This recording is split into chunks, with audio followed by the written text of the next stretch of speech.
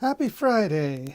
Here's update number 10 from Don Hammond's Arlington Weekly News. This is an interesting extract from the Code of Virginia, paragraph 18.2-422. Prohibition of wearing of masks in certain places and exceptions. It shall be unlawful for any person over 16 years of age to, with the intent to conceal his identity, wear any mask, hood, or other device whereby a substantial portion of the face is hidden or covered so as to conceal the identity of the wearer, to be or to appear in any public place or upon any private property in this Commonwealth without first having obtained from the owner or tenant thereof consent to do so in writing. However, the provisions of this section shall not apply to persons 1. Wearing traditional holiday costumes, 2. Engaged in professions, trades, employment, or other activities, and wearing protective masks which are deemed necessary for the physical safety of the wearer or other persons. 3. Engaged in any bona fide theatrical production or masquerade ball. Or 4. Wearing a mask, hood, or other device for bona fide medical reasons upon a. the advice of a licensed physician or osteopath, and carrying on his person an affidavit from the physician or osteopath specifying the medical necessity for wearing the device and the date on which the wearing of the device will no longer be necessary, and providing a brief description of the device, or b.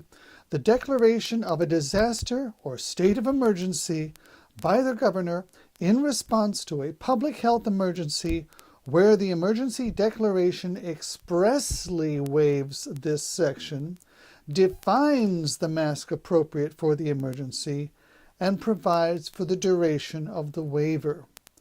The violation of any provisions of this section is a Class 6 felony. Governor Northam's executive order from March 30th did not define any appropriate masks. It may be that something in exception number 2 could be construed as the necessary loophole, but the question remains as to whom is to determine when wearing protective masks are deemed necessary. Meanwhile, there are a number of online articles containing how-to instructions for making homemade masks out of scarves or other non-medical fabrics. Some additional clarification from the governor or the county would be helpful. This is also a good time to explore the penalties. You may recall that violation of portions of the executive order were identified as a Class 1 misdemeanor. According to the code, conviction of a Class 1 misdemeanor is punishable by a fine of up to $1,000.